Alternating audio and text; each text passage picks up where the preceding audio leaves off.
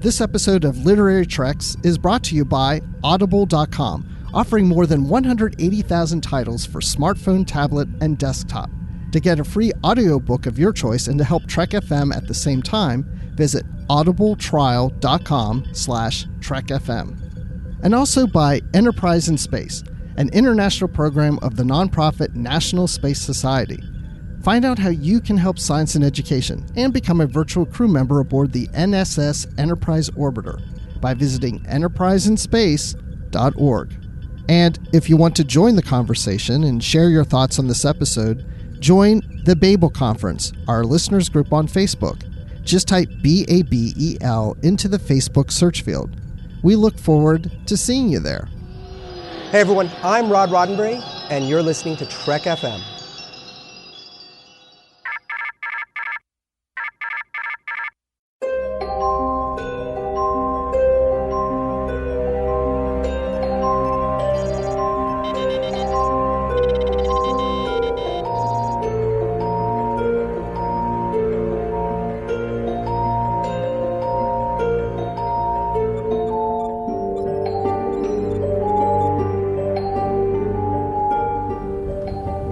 Are you taking all these books? I thought I'd take some light reading, in case I got bored. Welcome, everyone, to another episode of Literary Treks, your dedicated Star Trek books and comics show here on the Trek FM network. I'm one of your hosts, Dan Gunther, and joining me, as he does every week, and looking particularly animated this week, is my co-host, Bruce Gibson. Bruce, how's it going? I feel very animated, very flat. I've been very two-dimensional. Two-dimensional. I'm kind of wearing pink and purple. I'm noticing that a lot. It's my new color scheme. Now, you were kind of walking around, and I noticed for a moment your left arm kind of disappeared. That was a little weird. Yeah, I don't know what happened there. You would think it's because of the animation of myself, but really I can separate my body into different parts and float them around. Oh, wow. Well, for those of you out there who might understand some of the references we're making here, you might recognize them from the animated series. And we've got a really exciting feature coming up later. We're talking about the newly published Star Trek, The Official Guide to the Animated Series by Aaron Harvey and Rich Schepis. And we've got Aaron Harvey in the feature. We're going to be talking with him about that book, so stay tuned. Really excited for that one. But before we get there, we do have a little bit of news to get to. Breaking news in the Star Trek literary universe. So recently, at the time of recording, the first issue of the Star Trek Discovery Aftermath series from IDW has been released. Now, we're going to do something a little different with this comic. And we've done this sort of thing before, but we're going to give this another try. Yes, we're going to read it upside down, standing on our heads. Exactly. And we're thinking the increased blood flow to the cerebellum. No. What we're actually going to do is, instead of reading each issue as it comes out and reviewing it on the show, we're going to put them all together once the entire miniseries is released and do them as a separate feature in and of itself. So this is just your heads up. Keep an eye out for that issue number 1. It has been released. We're not going to cover it just yet, but we will eventually, so you'll want to pick those up. This looks like a really exciting series, so it's definitely one that I've really been looking forward to. So have you read this first issue, Dan? I've glanced at it. I haven't read it yet. I know I've read it. Oh, I'm really excited to. It looks really good. The artwork looks really interesting. Yeah, the artwork's really good. I'm not giving any spoilers. I'm not reviewing it, but this does involve from Discovery, Pike and Number 1 and Spock, and then we have the Klingons like L'Rell. I'll just leave it there. Definitely looking forward to that, and you can look forward to hearing our reviews of that as all of the issues kind of come out later. So, yeah. So in the next bit of news, you may know of a book that's coming next year on March 3rd, 2020. From Dayton Ward comes Star Trek The Kirk Fu Manual, a guide to Starfleet's most feared martial art. And over on Dayton Ward's website, he has a few preview pages up showing what some of that content will look like. And just kind of glancing at it here, I'm loving this art style. The bit we're shown here is Kirk putting, the Gorn in that headlock that, is pretty ineffective when it came to the Gorn. Or actually, no, I think he's slamming the Gorn's ears, if I'm looking at it correctly. So, yeah. Yeah, and all these different other poses that you can do different moves with your arms to be like Kirk. Mm-hmm. He's fighting. I really want to learn how to do that one move where he comes sailing in and knocks 3 guys over because he's, flying in sideways, almost as though he's been thrown by a couple of other people. I don't know how he managed that move exactly, but, it's almost as though there's 2 people off to the side of the camera throwing him through the scene. Yeah, but that would be so unrealistic. I doubt that could ever happen. Yeah, that doesn't make sense. We need to figure out how Kirk does that. Yeah, it's like incredible. In the 1950s Superman series, he would go flying out a window and my brother's like, oh, he's just jumping through a window. I'm like, no, he really flies. Come on. Exactly. Oh, man. Come on. Exactly. Yeah. But yeah, these preview pages of Kirk Fu can be seen at DaytonWard.wordpress.com. Yeah, and definitely check those out. Really excited for this one. This is one that's been delayed a few times. It's been pushed publication-wise down the road a little bit. But it looks like this March 3rd, 2020 date is when we'll be getting our hands on that. So we'll definitely have to cover that and hopefully maybe get to talk to Dayton about it too. Oh, yeah. Well, the final little bit of news we have is a new cover to reveal and look at and drool over, which is always exciting. I love when new covers are released. A new cover. I just want to harken back to the days of Matt Rushing singing about covers. There you go. Excellent. Well, this cover is for the newest Star Trek Discovery novel, which is coming out on December 17th. It's called Dead Endless, and it's written by Dave Gallanter, one of my favorite authors. He's written some great Star Trek books. If you've ever heard me rave about Troublesome Minds, that's one of my favorite Star Trek novels. But the cover for this has been revealed, and I have to say, I think this might be my favorite Star Trek Discovery novel cover. Stop it. I really like this one. I was going to say the same thing. Because every cover we've had, I mean, they've been nice on Discovery, but it's just, basically a character profile. Yeah. Or the Enterprise. We've got the Enterprise. That was a little different, but all the other ones have been like publicity shots of the characters over kind of a nebula background or something like that. This one, similar in color. It's got kind of a nebula background, but the shot we get of Stamets kind of looking off into the distance, and in his head we kind of see Culber and the mycelial network, and we have these kind of radial lines coming out showing, I'm guessing like his connection to the spore network and stuff, and it's really quite beautiful. I really like this one. So I'm assuming this gets your stamp of approval. It absolutely does. Good. Same here. Perfect. So yeah, this one, as you can guess from the cover we've described, it centers around Stamets and the Discovery becoming trapped in the mycelial network and a kind of adventure around that. So this one is also cool because it looks to be the first Star Trek Discovery novel that actually takes place primarily on the USS Discovery. So that's kind of nice. What a concept. That's interesting. Crazy. Well, before we get to that feature that I talked about earlier, why don't we check out some Babel Conference feedback from Literary Trek's 280, The Regellians Are Psycho. So this was the episode in which Barry DeFord and Shashanka Varu from Politrex joined us, and we talked about the first 4 issues of Star Trek Early Voyages from Marvel Comics. And kicking off the comments here, we have Christopher Baca, who says, loved those old comics.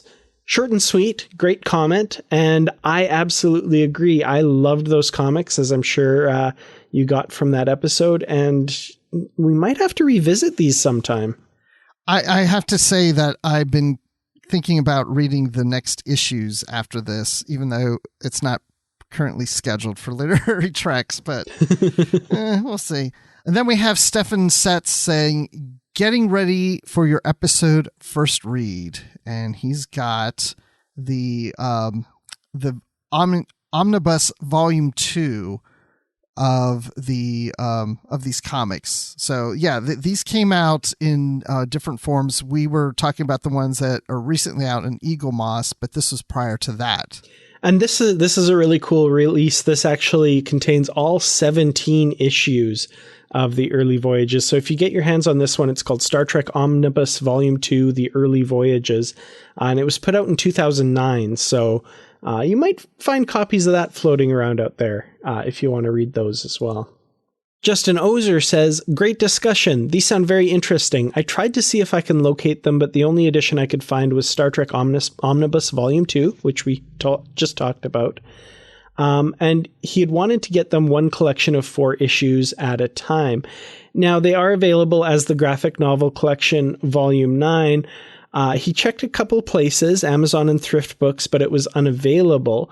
Now, thankfully, Eagle Moss actually sells them directly on their website. So if you go to the comment thread in the Babel conference for this episode, Bruce has put a link there to the Eagle Moss store where you can buy the issue or the issue of the graphic novel collection that collects these first 4 issues. So yeah.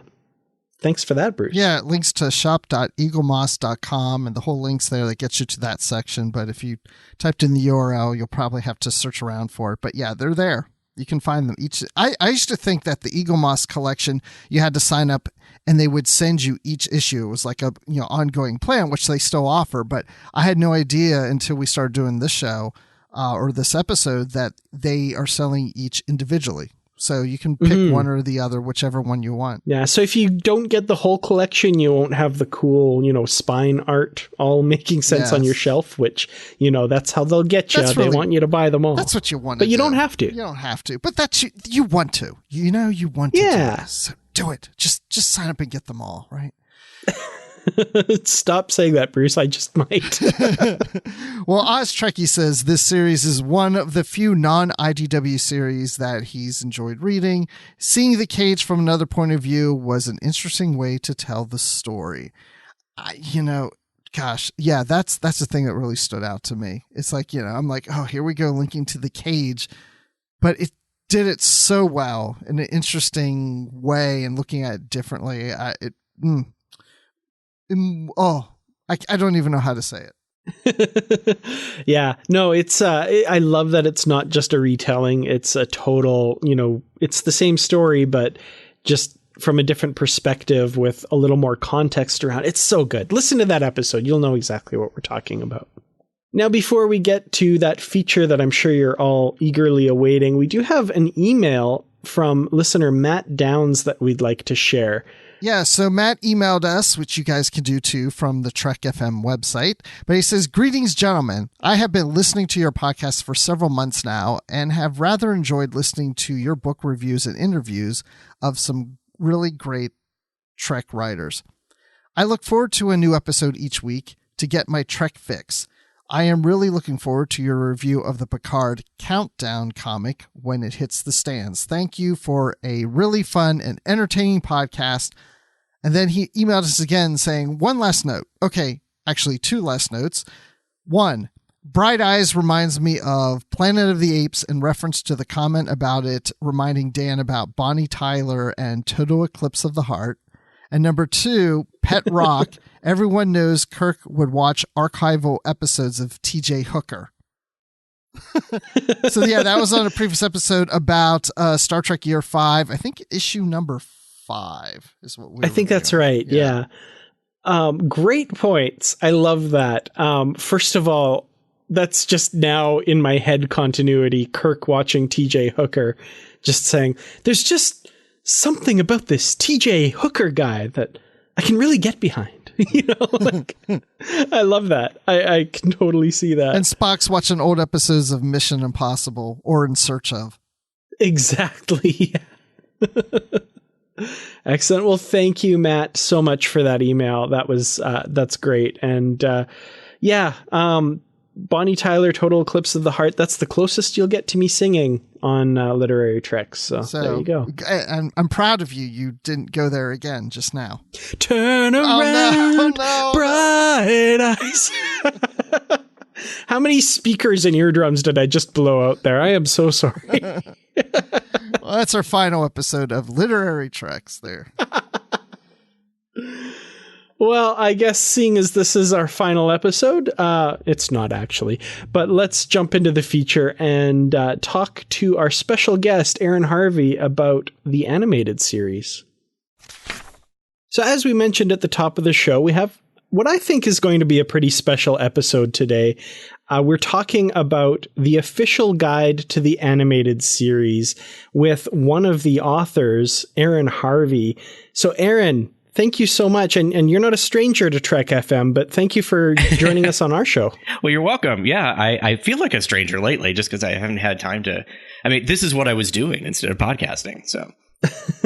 Well, then we've definitely benefited from the network's temporary loss. So thank you so much for that. Yeah, this was our way to get you on Literary Treks by having you write a book. We nearly actually put Literary Treks in the book as like a little section for talking about the books of Star Trek, but we didn't have like 900 pages, so some things had to get cut. Darn, yeah. So close. It was almost called Saturday Morning Trek. Yeah. Well, we should begin with that. Of course, listeners might know you from Saturday Morning Trek, the podcast about the animated series that you did for some time here on Trek FM. This love of the animated series is obviously something that goes back some time. So I'm kind of curious when you were first introduced, maybe to Star Trek as a whole, but then also to the animated series specifically, and where that passion for it comes from. I was introduced to Star Trek in general by my grandfather when I was really little. I just remember having him watching the show and watching it with him. And I think I discovered the animated series on my own. I was probably like 5 or 6, something like that. And it was one of those, Star Trek is coming on. And you're at that age where it's like you can't tell the difference with the intro, if it's going to be live action or not, because they do look, similar enough. And the music, when you're a little kid, you can't necessarily discern that much of a difference. And then it would always be the thing I wasn't expecting. Be like, it's the live action one. Darn. Or, it's the animated one. I wanted the live action one. And I just remember that as a kid wondering, it's like, how come I can't conjure that, the one that I want? It's just like, not understanding programming and when shows were on and time wise. But, I think the passion for it comes from, I grew up in an era that, when I was like 12, 14, there wasn't an internet. I couldn't prove that the show existed. So I would tell people about this animated Star Trek show. And that's actually where, from our podcast, it's like, yes, there is an animated series came from, because people wouldn't know it existed. Or you'd say there was the animated Brady Kids. Like, no, there wasn't. Oh, I love that. I have the whole box set of yeah, that. I do. I really do. Oh, you do? That's where animated Wonder Woman first showed up on... I know, it's exciting. Brady Kids. That's funny. We'll have to do a spin-off podcast about just the Brady Kids. Absolutely. Count me in. All right. I'm actually curious enough that I would totally listen to that. That's wild. I have no idea about this whole side of the Brady world. Thinking it's trippy. Maybe this will be like if somebody's listening to this and next April shows up, they might know what's happening. A little April Fool's podcast. So no, for me, it was like, I've always liked animation. I've liked illustration. And I think there was a part of me who always thought I was going to grow up and be an animator until I actually figured out how tedious some of animation actually is, at least back then. I have this problem where I have a little bit of a hard time drawing the same character from frame to frame. They sort of mutate and they don't look exactly the same. So animation was something I was always very interested in, and I would write Filmation and they would send me stuff. And so I was just excited because I always liked Star Trek and there was this cartoon, and it always felt like I had this hidden 22 episodes that no one else had known about. And I have these stories, and when they would reference something, Spock's childhood or whatever, and I would know where it came from. It was kind of like when Doctor Who came to America. I was like, no, it's not my thing anymore. Like this secret thing that only people who watched PBS late at night knew about, or whatever. So it was kind of anything in the 1970s for Star Trek for me is cool because half the time it doesn't feel like it existed, or you wonder how it actually came to be. How Star Trek the Motion Picture ever made it to the screen is a miracle. If you listen to, all the stories, there's just so much drama behind that. And there's movies that never were made in the 70s. So it's all part of that crazy decade, that kind of a lost decade of Star Trek. I definitely remember the thrill of being the only one in my little circle of friends when Core mentions that my ship at the time was the IKS Klothos. And I'm like, oh, yep, that's awesome. It's just that kind of thing. Or when you see Shakar for the first time and you're just like, oh, that's kind of what it looked like in the cartoon. And yeah, the Vulcan main city. So yeah, no, I think that's where my passion for that show came from. Yeah, I don't know about you, Dan, but when did you start catching the animated series? For me, it was just kind of sporadic. Every once in a while, I'd catch it somewhere. Yeah, actually, my memory is very similar to Aaron's there. I remember watching Star Trek as a kid and kind of being like, oh, it's that cartoon one. And like it would show up. We had satellite and it would show up in the satellite guide just as Star Trek. So that's what it was called. Because the series had the same title. So I was just kind of, I hate to say it, like at the time I was always kind of vaguely disappointed when it was the animated one. But I had this awareness that it was out there. And I think in my kid brain, it was just some of the episodes are live action and some of them are animated. More often live action, but there's a few animated ones in there too, which is kind of neat, Yeah. So you worked with a co-writer on this book, Rich Schepis, and I'm assuming he definitely seems as passionate about the animated series as you were in the kind of opening words of the book there. Yeah, I think he's just passionate about Star Trek in general too. Just we both write a Trek movie, and so that's kind of how we connected.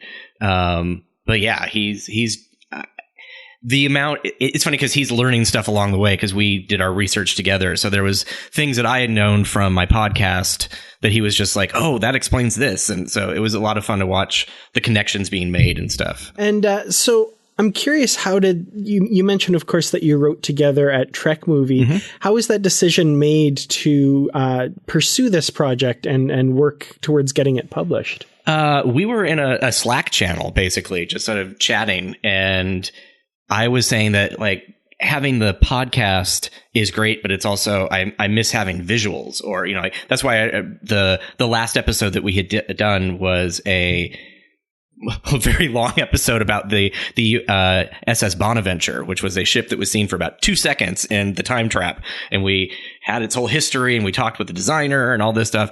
And he said that he would like to actually, work on something that isn't just kind of an article or something, that it would be great to work on a larger project and, something where you get paid, basically. And why don't we pitch some sort of animated series book together? And like, oh, that would be really cool. So we basically started working we wrote a sample chapter, and I took and designed it and mocked it up and made it, look like an open book. And it wasn't exactly the same proportions as we ended up with, but close. And we showed it to a couple people, and they're just like, you really shouldn't have made a book already. I mean, you have to see if they're going to I'm like, no, this is all done on a computer. So there was this weird belief that we had actually gone out and had something printed. I'm like, no. So we, talked to a few people that we knew in the Star Trek world about like how to best go about getting this, sent out to people. And we came across Mike Johnson, who writes for IDW. And I've worked with him on a couple of comic book covers, and he's friends with John Van Sitter. So it was kind of like, he goes, hey, I'll present it for you. So that's kind of how we got the project out into the world. And then you're given the green light to go. And what was your reaction when you heard the yes? The yes came less than 24 hours after we sent the proposal. So I think we were stunned. Yeah, because it's like, that doesn't happen like that. We're like, oh, well, we've got a couple publishers we're thinking of shopping it around to. And I'm like, no, wait, back up. So that means you, huh?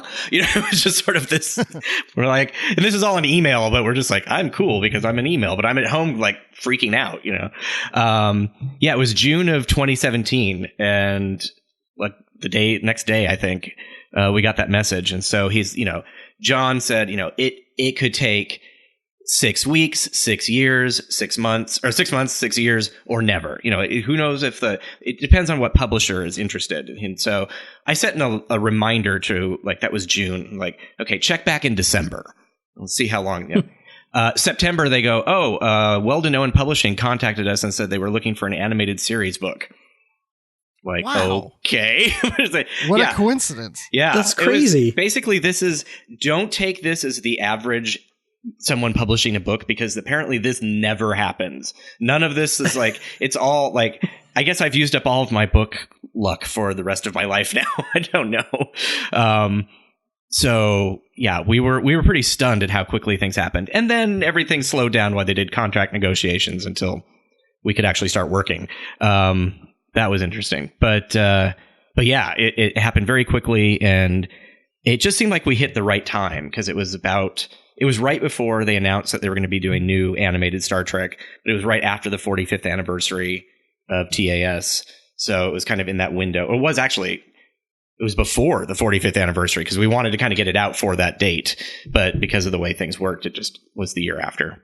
Wow, that's just crazy. Because, it's been so long and we've never had anything like this. Yeah. And also we're at a time where they've kind of backed away the publishers from reference books. Mm-hmm. So it is amazing that happened that quick. Yeah.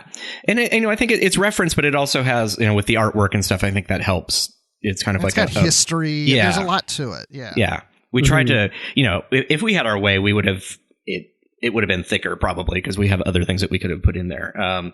Definitely one of the things we had talked about is that, there's this, apparently Gene gave the edict to, Gene Roddenberry to, the Okudas, that in the encyclopedia that he does not want anything from the animated series unless it had somehow been referenced on live action Star Trek for into perpetuity. So I kind of wanted to have the Star Trek encyclopedia version in this book. So it would have been, if we had our, ultimate druthers and infinite time and infinite resources, the back, we would have had like a back section, which would have just been like the Star Trek encyclopedia, but for the animated series. So that's what we got out of that data bank, is sort of the condensed version of that. That would have been cool. I'm just curious, why do you think Gene Roddenberry didn't want this included in the encyclopedia? This goes to the whole, is Star Trek the animated series canon or not? This is when it was, unfortunately, towards the end of his life, he was getting lots of information from other people.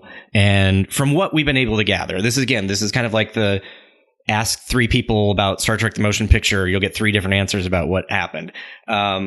That his lawyer was sort of whispering in his ear that if you take ownership of this cartoon, you're not going to be taken seriously in Hollywood.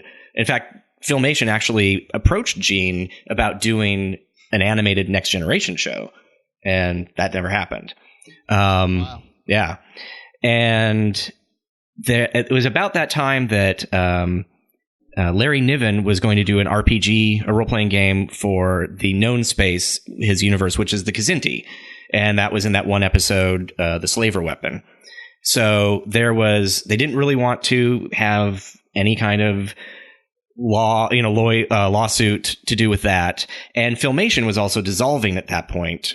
And it was who was going to take ownership of all this stuff. So there was a lot of, we don't want to get involved in something that we don't need to. So just don't reference the animated series. And don't reference the animated series turned into this mutated, it's not canon. And, Dorothy said that he's never said that to her. He's like never disowned it. So it was just, there are other people around him basically saying, it's a cartoon.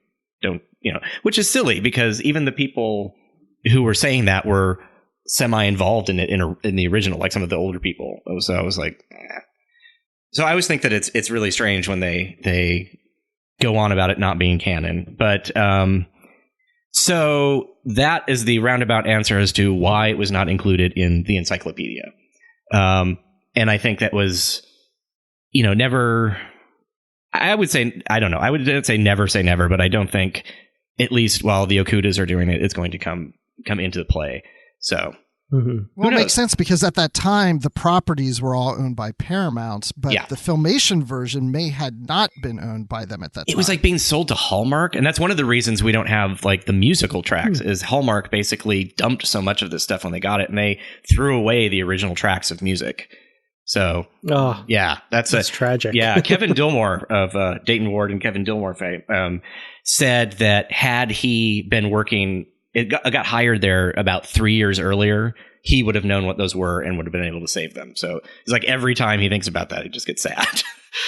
Wow. So he was the one who was responsible for getting the animated series ornaments out last year.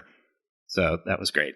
That's very cool. Yeah. Well, one of the things that I learned from this book that I think was the most interesting to me, and you can kind of see it when you watch the episodes, was that, they didn't approach this like a Saturday morning cartoon necessarily.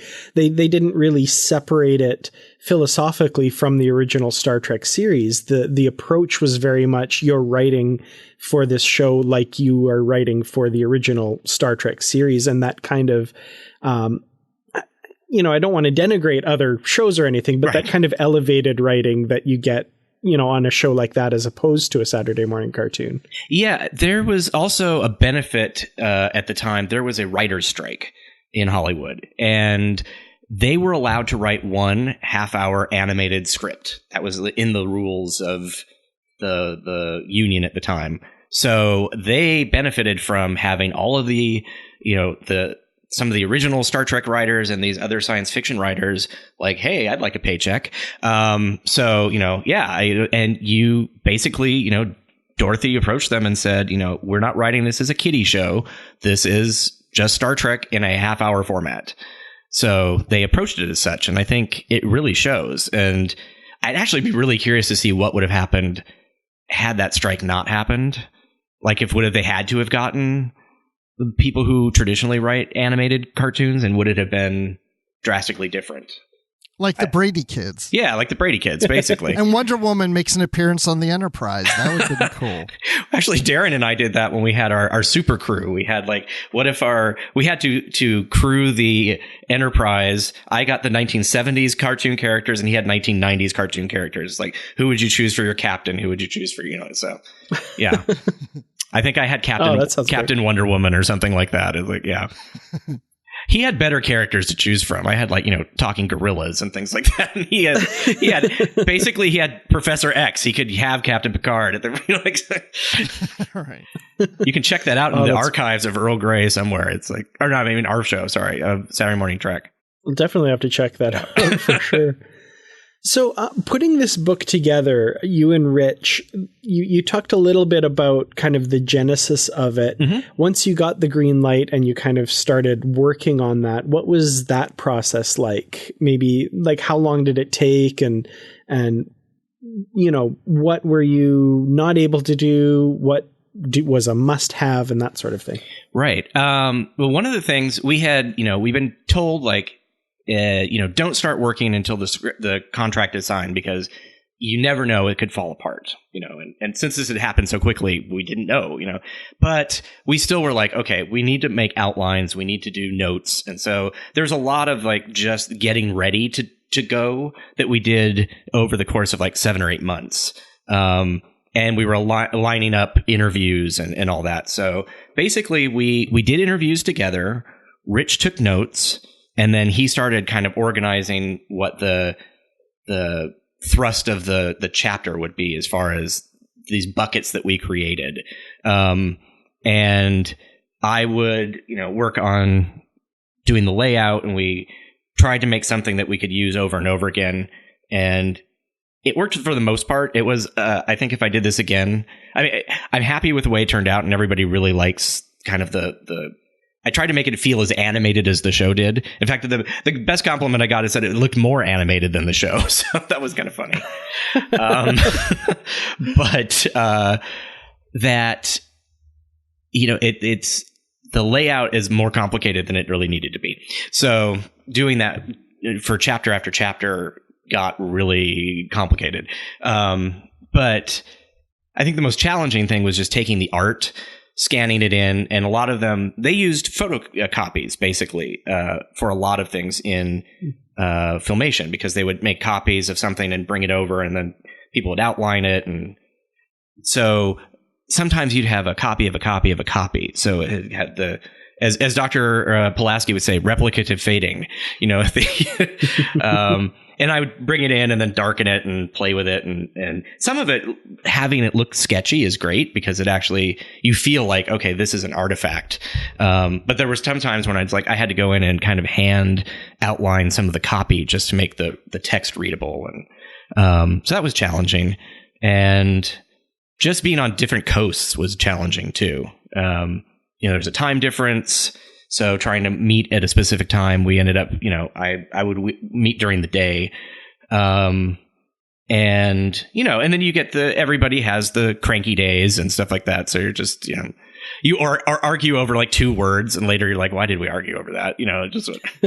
So, one of the things we wanted to do was compare the novels from Alan Dean Foster to the actual episodes, because about until halfway through, they were basically going by the scripts, and the scripts were not exactly what was actually put out there.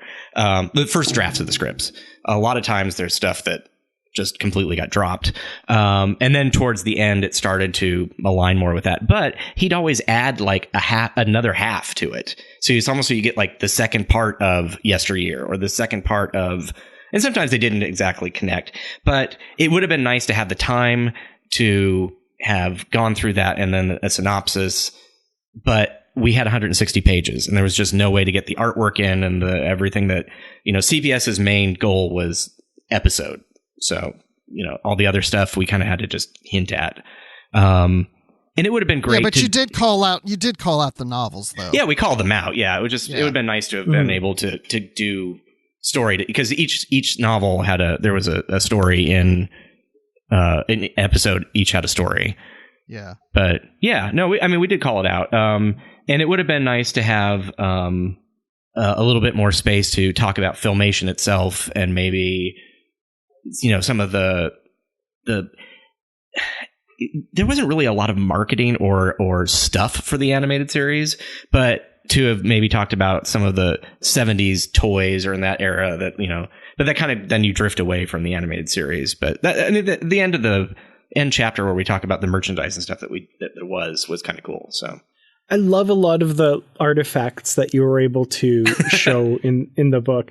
I think my absolute favorite is the name's escaping me right now, but the 19-year-old who wrote a script, and it had been typed out on like loose leaf lined paper. Yes, that was. I love that. He said, "This will tell you where I was at with college." Yeah, that was Howard Weinstein.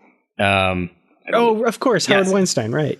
He sent us some great stuff there, like the check, the telegram that he got from, like, the fact that you get a telegram was just great. Like, hey, we're going to buy your script. So that was pretty funny. There are 2 things that I would have liked to have put in, but they were, I think, like rights prohibitive, basically. This one might not have been, but we didn't really find a good place for it. There was, among all of the stuff that Bob Klein, the animator, let us borrow, there's just a little cut out storyboard frame, and where Spock's viewer was, he had drawn Spock as a Muppet. Oh, wow. So it was just this like kind of Bert looking Spock. So that was pretty funny. I'm just like, I'm going to find a place to use that in something. And then the other one is something that we discovered. Bob Klein was really generous to give us so much stuff, and I had his inspiration resource folder, and it was like stickers from Star Trek. They were black and white photos of the props from the set, and boxes of the AMT models from the 70s. Like, they had just cut them out, and so they could reference the ships and stuff like that, blueprints. But there was a slide in there, like a reverse color slide that you would print. And so I'm looking at it and I'm like, is that Spock? Who is that? I couldn't figure out who these people were. So I stuck it on my scanner and scanned it in and reversed it. And it was the live action Captain Marvel from Filmation. I'm like, this must have just accidentally got in here. But I then immediately went and watched the counterclock incident for something I was doing and realized that Carl 4, that would be Carla 5's son, who is older than she is because time goes backwards in that episode. None of that made sense. That's the one episode that I'm like, There are some things that were left out of that kind of explain some things, but that planet, it was weird. If you look at Carl 4 and you look at Les Tremaine, who played Mentor, they are exactly the same. They have like the same haircut. The clothing is nearly identical. Yeah, I noticed that. And it turns out that he's like, oh yeah, I totally use that as a reference. So that was something that we discovered that we didn't know before, that it's like that Carl 4 was, from a Shazam character. And that would be something I really wanted to put those two pictures in side by side, but with the Shazam movie that just came out and everything, and I don't know how annoying that would be there was a picture that we really wanted to put in as well. It's the only picture of all three of them recording, Shatner, Nimoy, and DeForest Kelly. DeForest Kelly, thank you. Wow. And that was another one of those. It was owned by the LA Times, so it would have cost us an arm and a leg to print it because there are rights prices for it. It was funny because Fred Bronson, who wrote that episode we just talked about, the counterclock incident, under the pseudonym of John Culver, because at the time he was the NBC publicist. He told us when he called the newspaper, who came out and took the photo, what time of day it was. So we knew everything about this photo, and it wouldn't have been taken if he hadn't asked them, but we couldn't use it because of it's, technically owned by the LA Times. So that was a little sad. But if I become independently wealthy, I'm going to buy that photo. Use it for something. It's just interesting to me how much material you're able to find, like physical material, the scripts and the sketches, and I mean, it's just, where were you able to just gather all that? A garage about 15 minutes from here, believe it or not. Really? Yeah, it's wow. Well, Roddenberry has a bunch of stuff, but a lot of it is just paperwork. And then they had some cells that were in not the best shape. And I was like, okay, well, that's an option. And then I talked to Bob Klein, who I had interviewed for Saturday Morning Trek. And he's like, yeah, come on over. Let's go look through my garage and see what we find. I'm like, okay. So I drive over there, and I was greeted to two, those fold out tables that you have for like picnics, two of those end to end, with like 3 boxes that were like, larger than file boxes and like moving boxes size, and just papers and folders that all had Filmation on it just brought out.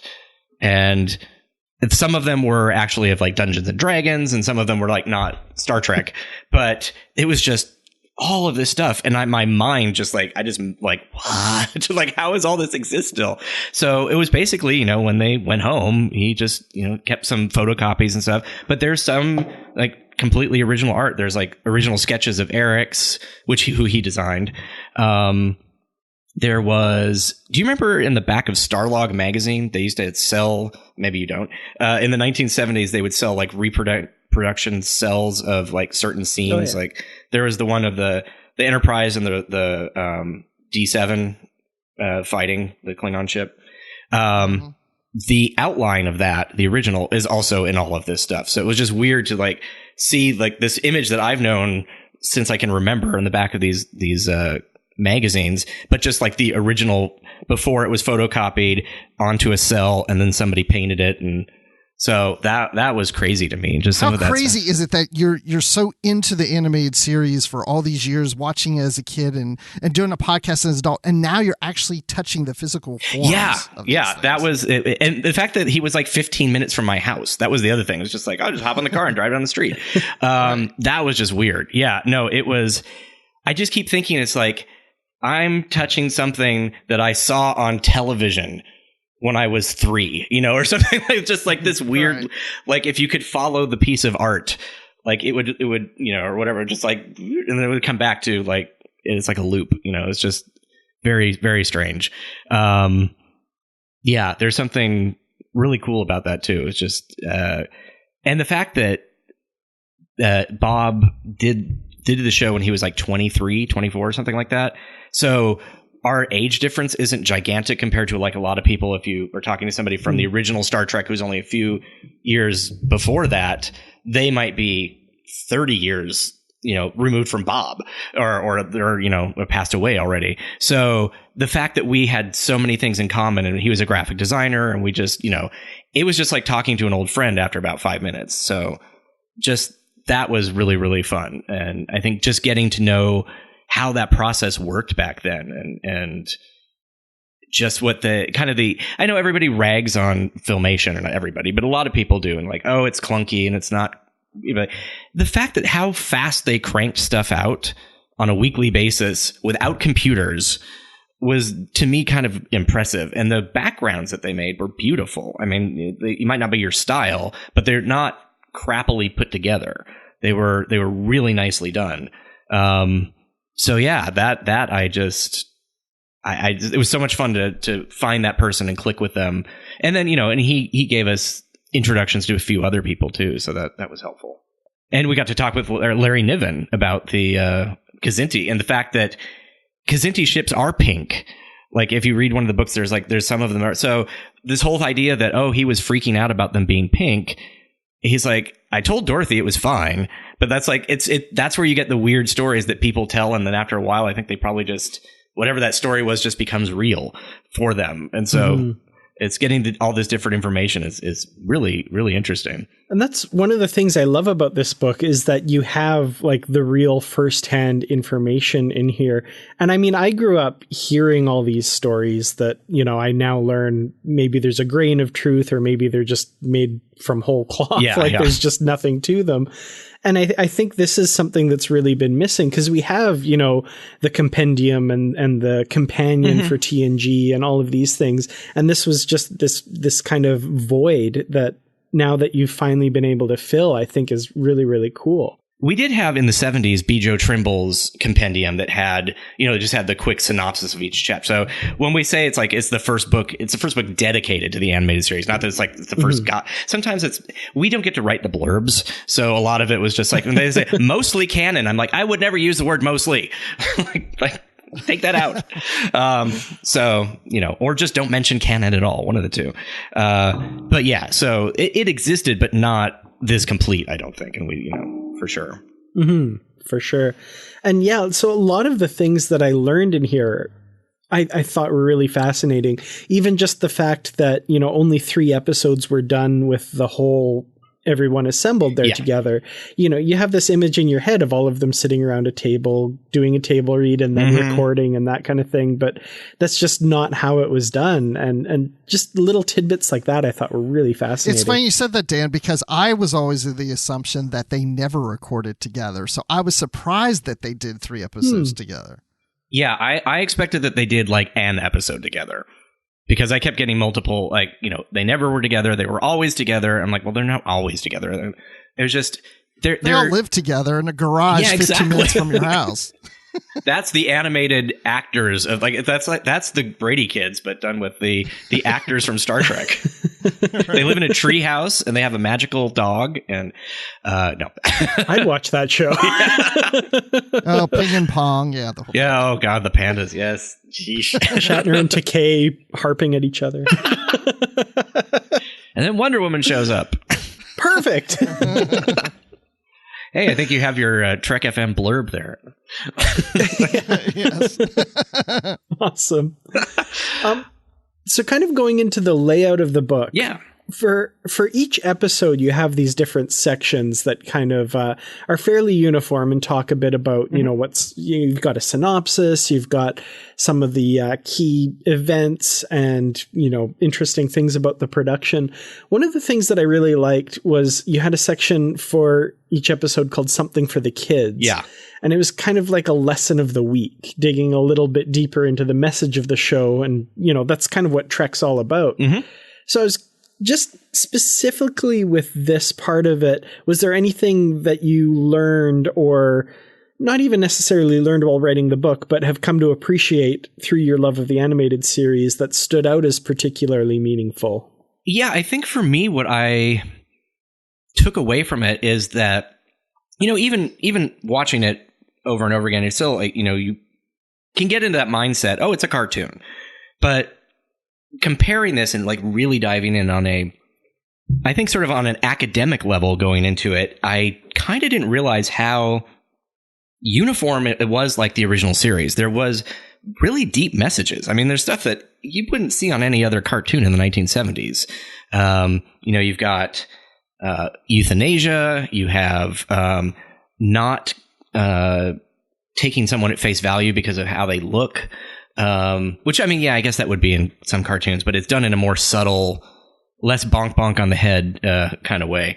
And, you know, this is kind of a story that I always tell when it comes to like how serious these shows were compared to other cartoons.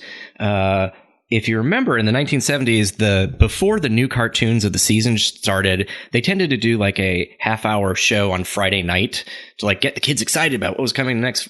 You know, and they'd always have a theme. Like in the 80s, they did a Back to the Future themed episode. Yeah, it was like Back to Next Saturday or something like that. I was always excited about those. It was like a preview of the new season. Yeah, exactly. Clips and fun. Yeah. So this one was one of the Osmond kids, and he was like a carnival barker, and it was just this like da da da da da. It's like so, and he's, you know, he did the Sigmund and the Sea Monsters, and it's like. And it all rhymed, which I'm not going to remember what the rhyme was. It was like, you know, in Star Trek. And the clip that they pick is from the Pirates of Orion, where it's like, if we don't get this drug, Spock is going to die. And then they start talking about the Babel, the rules of the Babel conference, and like you're pirates, and now we're going to have to report you, and da da da.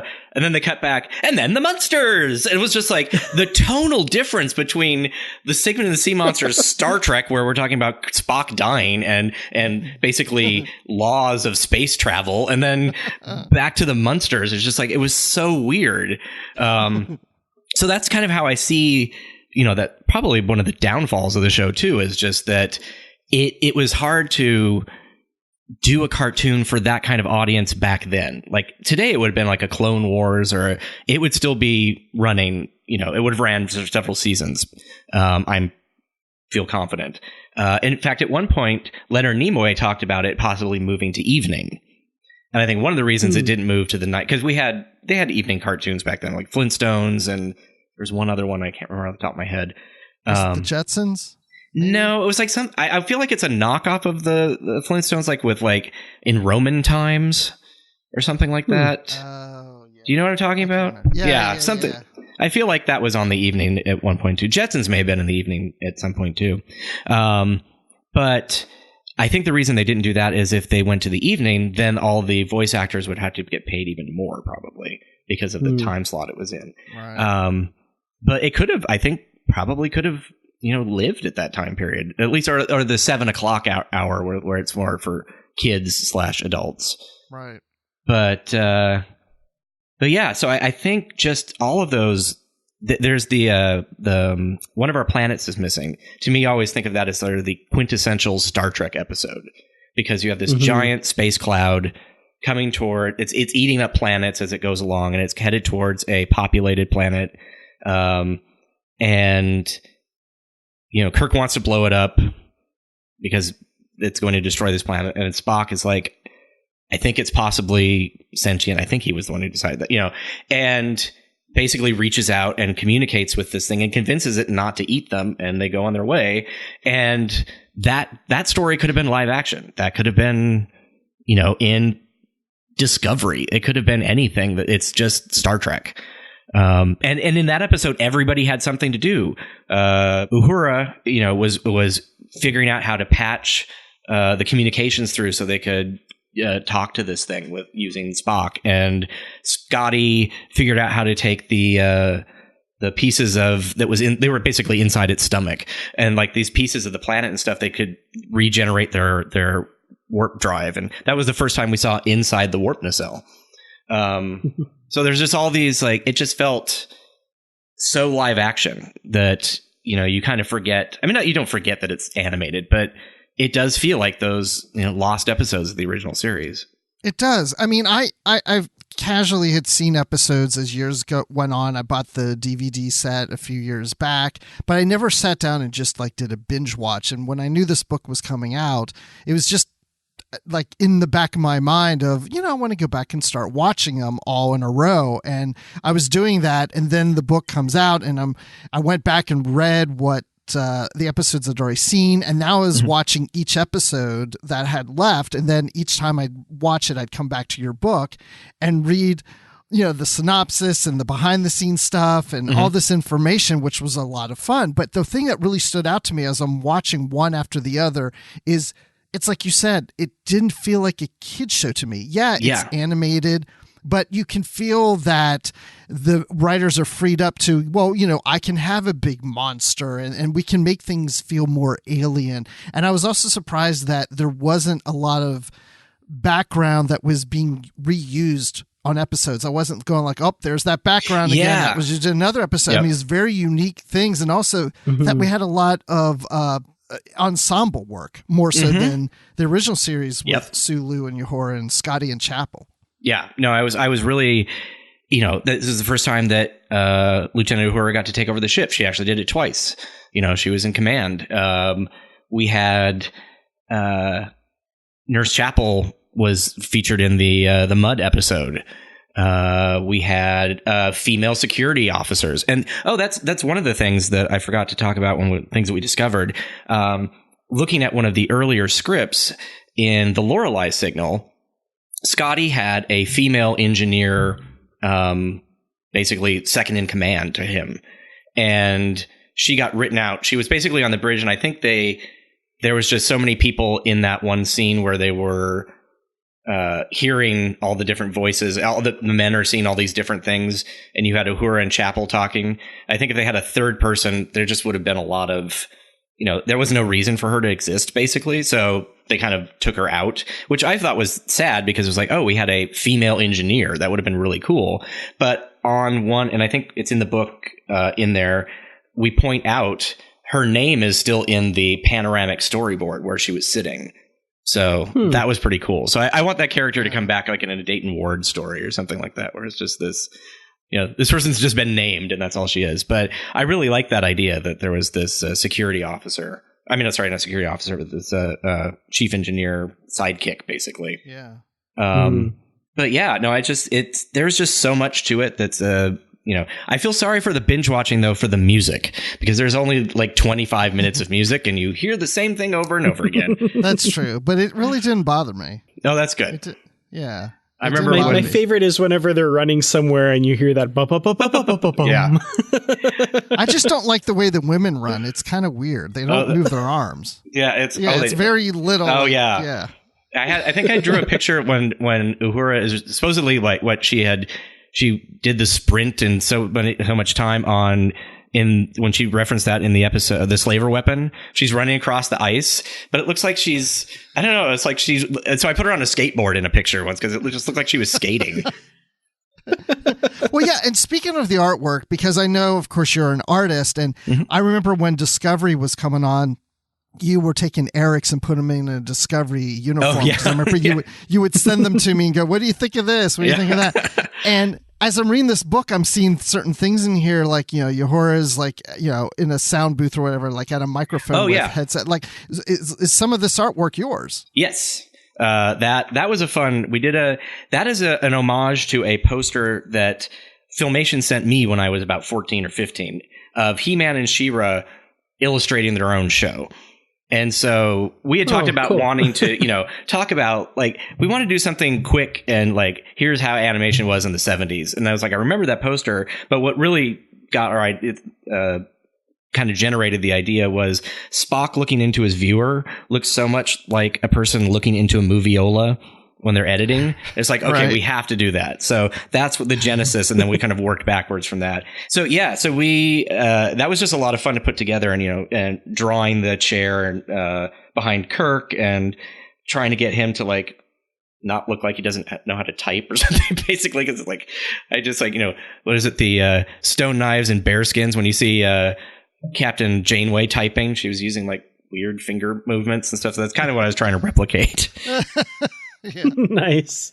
That's really cool. Yeah, and the people, we just like, there's all these people who make logical sense to be, sound voice recording with Uhura. So she's got her hand up by the headphones and Eric's with his multi arms to move the picture and take the picture and do all the stuff at the same time with the photographing board. So yeah, that was a lot of fun. And the cover is mine, even though they're like, it's a familiar stances of the characters. We redrew it so it could be vectored, which means it can be scaled up or scaled down. And it's just, that is my work. In the very back, we have our author bios where we drew ourselves as animated series characters. That one, I was like, I liked that. That one, it's fun, but it was like, it's hard to draw yourself. It's just like, I guess that's me, And Rich was really happy with his. So I'm like, all right, I guess people like it, so that's good. You mean you didn't go in that garage and go, wait a second, there's a animated thing of me here. What? That would be funny. No, but there are actually in the show. There are three or four people. I think it's three. Yeah, four. There's four people, and I remember when I was watching that episode, I'm like, wait a second, those people look like they're probably people that worked on the show, and your book then proved it. Yeah, they're very specific. Well, one of them had glasses on, so when they talk about like, Kirk was the first person to have glasses in Star Trek or whatever, it's like, nope. That would be Herb Hazelton. That was a lot of fun. And those little things, just finding stuff like that is, and I'm sure there's a couple other people in there, and there's only so many people around to like look at it, and what sticks out to you is something that no one who worked on the show would even have remembered or filed away. So it might be, some of those things are going to just be lost to time, unfortunately. But yeah, there's so many little things in here that I really appreciate. And one of the things that really stood out to me was Billy Simpson from Yesteryear, who did the voice of young Spock. Mm-hmm. I love the fact that he comes in for an audition and they just have him read the whole script. He goes home, then gets the call, they got the part, but you already read the script, re-recorded it, you're done. Yeah. That was awesome. And I think Dorothy would have wanted him to come back in because he mispronounced Ichaya. And because he did not have the description of the phonetic spelling, because they only gave him this was our fun detective investigation, because nobody ever knew why it was misspelled or mispronounced, because he had the script and why it's like. And then Billy told us, it's not Billy anymore, William.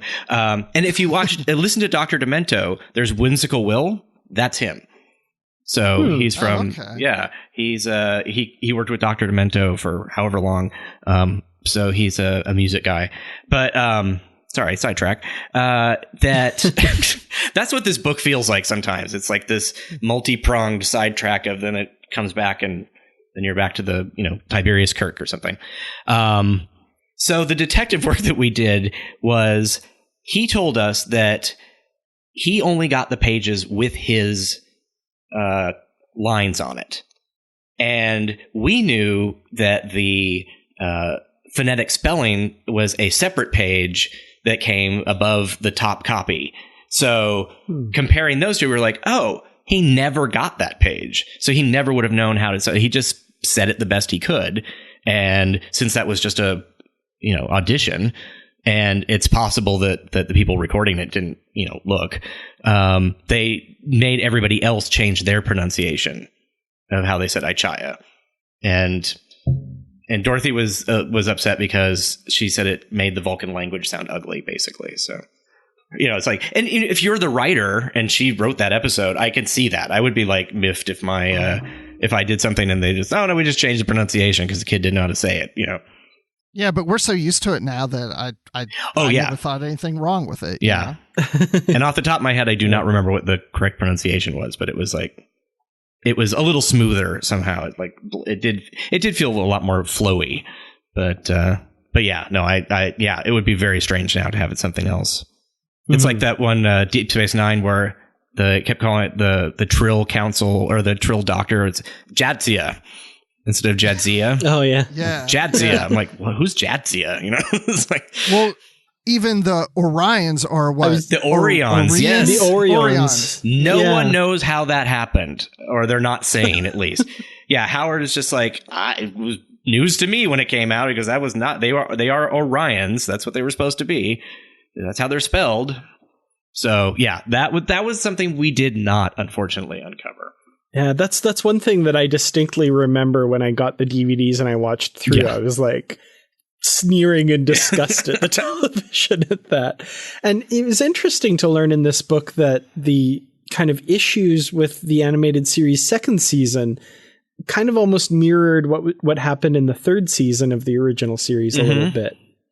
That was really interesting, and I had no idea, why there were only 6 episodes in season 2, and the fact that, Roddenberry kind of stepped away a little bit, and other kind of changes happened as well. That was all really fascinating. The 6 episodes isn't necessarily because of that happening, though, because back then, cartoons, if they were purchased, they tended to be purchased in a longer first season and a shorter second season. And then they would run them into syndication, and their thought process was kids don't know the difference between new and old episodes, which I always resented because yes, we did. Absolutely. Yeah. But if you notice in the second season, one positive note to that is that things started looking a little bit more creative. Like some of the backgrounds, there were more backgrounds. The ships were really interesting. The ship that Carla 5 had was it was not symmetrical. Like the left and right side had different pieces, and that was basically because Bob and a couple other people were just sort of like, well, you've done this for so long now, just go ahead and do it. There wasn't a lot of art direction from their art director, and it was just sort of so they got to do a little bit more and have some. There was a lot more, I think. Like even the character art, there was a little bit more of a new way of moving around, and they had some really cool stuff. Like, was it the Eye of the Beholder? There's like, Kirk grasping his head in pain, and there's just like some things that we just never saw that was custom made for those episodes, which was nice that they were able to do that. So I think there was a little bit more creative freedom for the designers. But yeah, there was Dorothy leaving and Gene kind of stepping away, sort of left it on autopilot a little bit. And Bem was supposed to be in the first season. That was it was funny because we had all these numbered episodes, and we thought we were going to crack that there was a missing episode that nobody had ever heard of, and we found out it was just a numbering system that they just picked out Bem and moved it to the second season. And we're like, darn it. So it's like this number just doesn't exist. It's just they just took the number out. It was like, oh, all right, great. Because we're like, it kept saying, episode 23. We're like, no, that's not 23 episodes. So it it took the number out of season 1, put it into season 2, but never deleted the whole numbering system or shifted the numbering system. So it ended up with 23 episodes number wise, but only 22 actual episodes. So in all of these kind of little tidbits that you've sussed out, some you knew before and some that were brand new that you'd never learned before. Was there any that really stuck out to you as really like, wow, I had no idea and I did not expect to learn that? I wish I could say yes, but I think a lot of that happened in our podcast.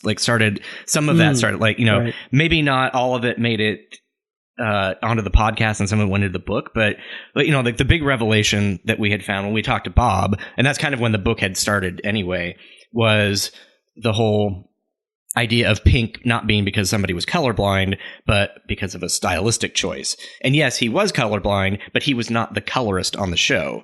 That was Irv Kaplan, and it was just that was sort of his color scheme. He liked the purples, pinks, greens, and so you would have to believe that by the time He-Man rolled around and when he had like pink shaggy pants or whatever, that someone would have said, hey, you're colorblind and this is not an appropriate color for this, whatever. But no, it was just, that was his thing. Hal Sutherland was, colorblind for certain things, but he was not making the color choices. So for us at that time, that was an urban legend that I repeated it too. That it's like, the art director was colorblind and that's why everything's pink and weird. But no, it was a choice. Yeah, that was one that I'd always unfortunately, heard and parroted around as well. So I'll have to figure out who I told that all to, set them straight, make them buy your book. That was the one thing that had already been said. So I'm like, well, I'm not giving anything away by saying that now.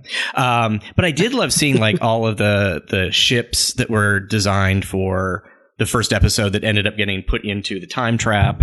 There's a ship in there that I had never seen all the different like orthographic drawings. And Bob Klein, who did like 85% of the ships, was a naval illustrator. So he kind of knew how to draw all the different, basically the stuff that people at Trek Yards would be very excited about because it's got the top view and the side view and you don't necessarily see it in the show, but you got that.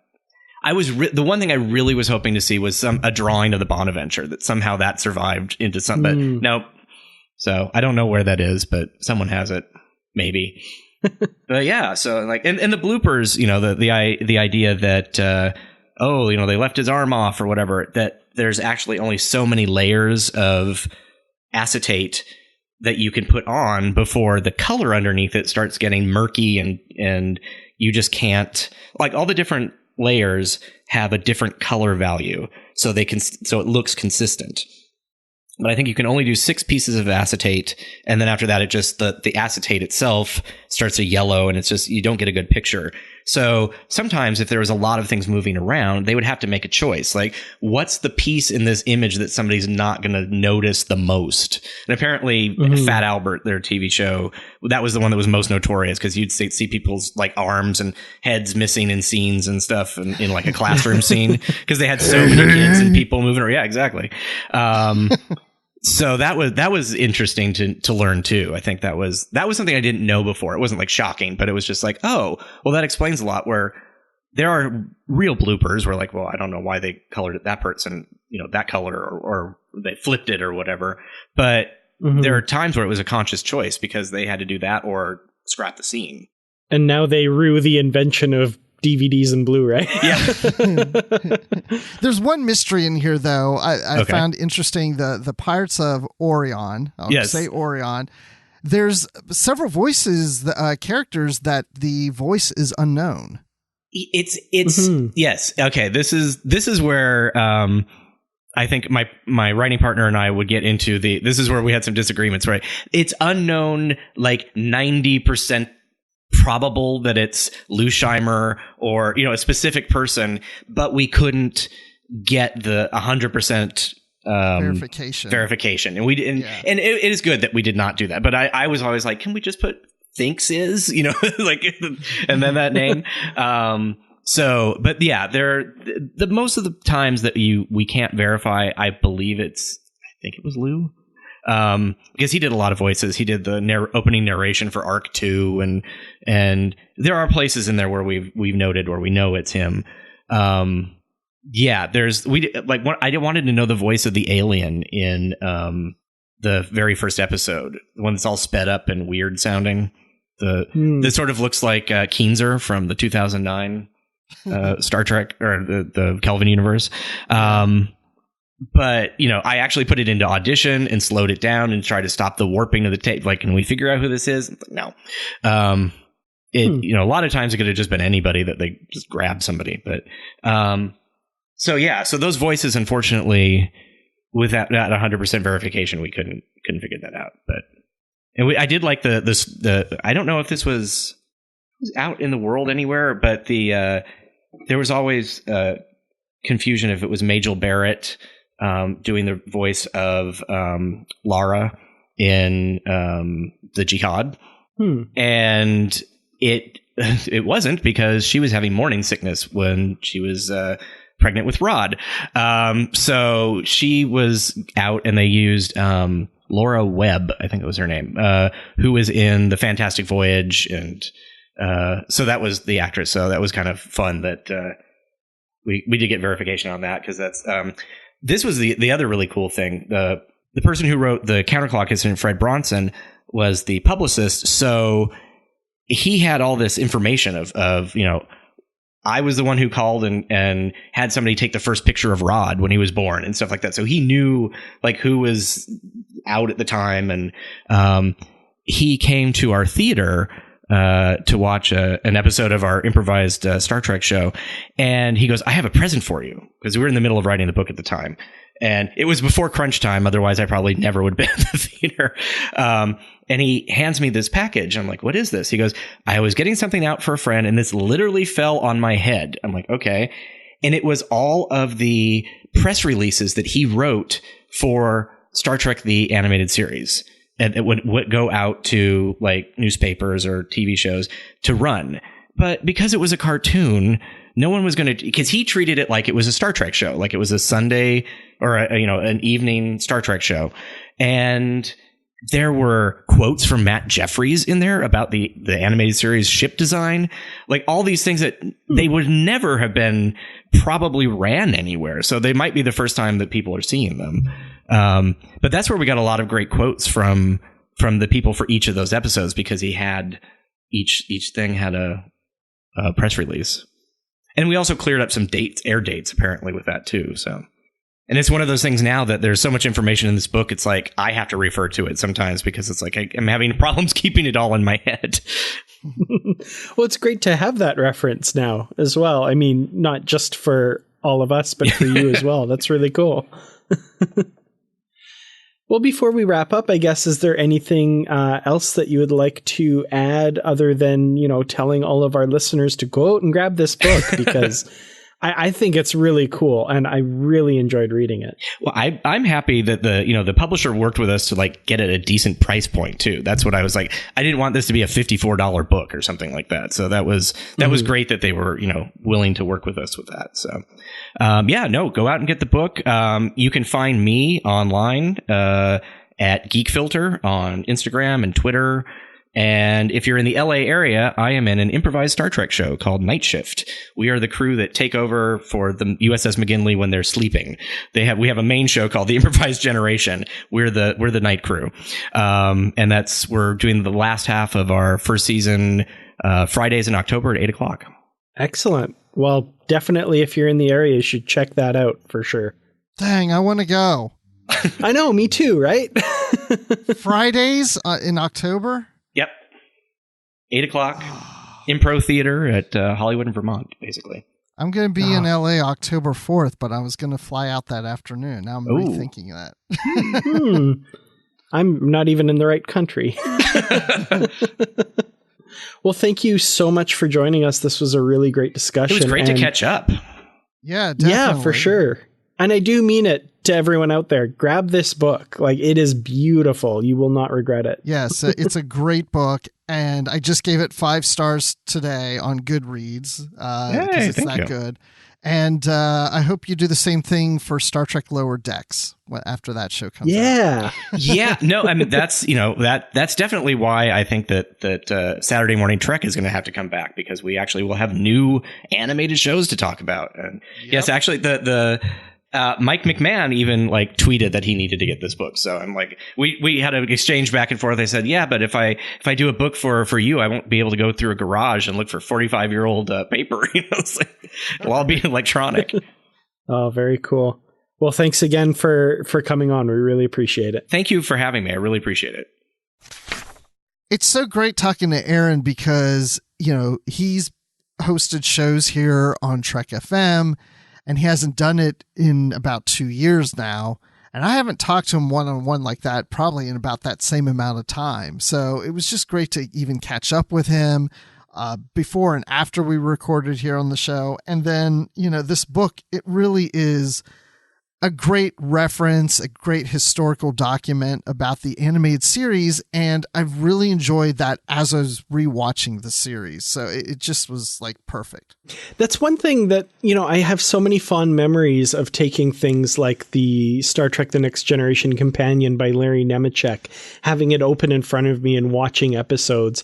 And now to be able to do that with a new reference book for a series that I've never done that with before, that's really exciting. So thank you so much, Aaron and Rich, for your hard work on this book. It's so welcome. Yeah, it's definitely going to have an honored place in my Star Trek library for sure. Well, it's been fun talking about completing our Star Trek libraries today, but it's not the only thing we've been discussing on the network. So here's a quick look at some of the other things you may have missed elsewhere on Trek FM. Previously on Trek.fm, Earl Grey. Okay, that's excellent. And it'll be interesting to see how we interpreted the topic, because I know I may have interpreted it maybe a little differently than others did. We'll see. Is this another time travel thing? No, I was going to say no time travel for me, as long as Jellicoe doesn't come into this. Sure. Okay, so we'll make that deal then. Awesome. I'm in. All right. Literary Treks. And, the stakes are really big. We'll get there, but this Borg ship threatens Earth and all this kind of stuff, and it just feels like it's a lot of really comic booky, over the top stuff that doesn't quite fit right with the novel that came before it and the novel that came after it, if that makes sense. Primitive Culture, a look at history and culture through Star Trek.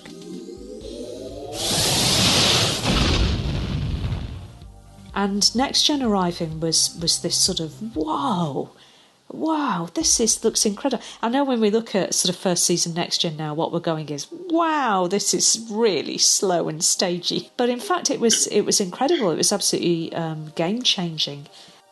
The Edge, a Star Trek Discovery podcast.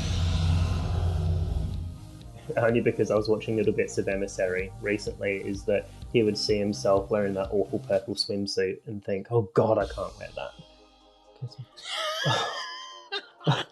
Oh my gosh. Every time I see it, I'm like, whoa, I'm really glad I'm not wearing 24th century clothing. If you wanted me to murder an entire society, fine. But I'm not wearing that bathing suit. Too revealing. That's where I draw the line. That's funny. And that's what else is happening on Trek.fm. Check out all these shows and join the conversation about your favorite corner of the Star Trek universe and beyond.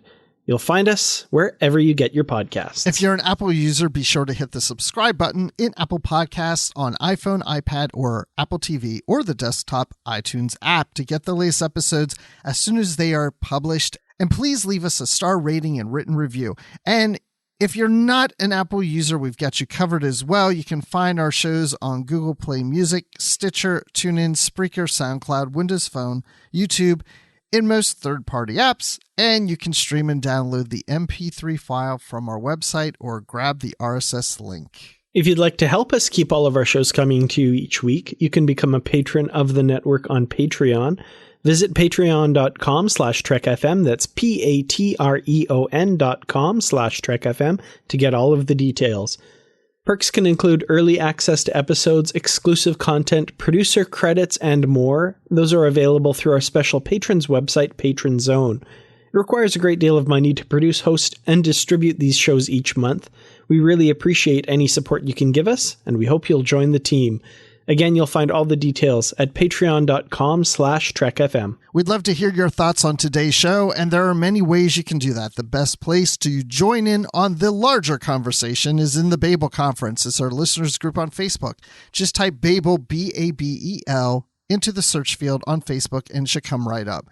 And if you'd like to send us an email, you can use the form on our website at trek.fm/contact. Choose to send to a show and select the Brady Kids. Literary Treks, and that will come right to us. And you can also find the network on Twitter at Brady Kids. At Trek FM, and on Facebook at facebook.com/Trek FM. You can also find us on our Goodreads group, where we have bookshelves with all of our previously covered books, as well as the currently reading section so you know what's coming up for future shows. Plus, there are great conversations happening about all the books and comics. Just search for Literary Treks on Goodreads and click Join Group. We'd like to thank Norman C. Lau, Ken Tripp, Greg Rosier, Brandon Shea Mutala, Justin Ozer, and Jeffrey Harlan for their support of the Trek FM network, and for being associate producers for Literary Treks as well. Now, Bruce, when you're not traveling through the Guardian of Forever to make sure that your younger self can safely cross the Vulcan's Forge desert and complete the Kazwan, I remembered all those names. Where can we find you? You can find me with a Ichaya, if that's how you pronounce it, on Twitter at Admiral_Rex. And you can find me on the Star Wars Report talking about Star Wars. Of course, we have Rise of Skywalker coming soon here in December, so that's really cool. And The Mandalorian coming to Disney Plus in November. That's really cool too. And then you can also find me here on the network with Brandy Jackala talking about Discovery live from the Edge. And then, so Discovery, when it comes back on, we'll do those live shows again. And then you can always find me in the Babel Conference. And Dan, when you're not found in a garage going through a bunch of animated cells and your shirt tunic is changing colors from scene to scene, where can people find you? And there's that one time though my insignia appeared on the wrong side. It was really weird. But when I'm not dealing with continuity errors in my life, you can find me on Twitter. I'm at Kertrats. That's KERTRATS. You can also find me on youtube.com/Kertrats Productions, where I have a YouTube channel talking mostly about Star Trek. And of course, you can find me in the Babel Conference as well. Well, thank you all so much for listening. And until next time, live long and read on. What do you call that, light reading? To each his own, number one.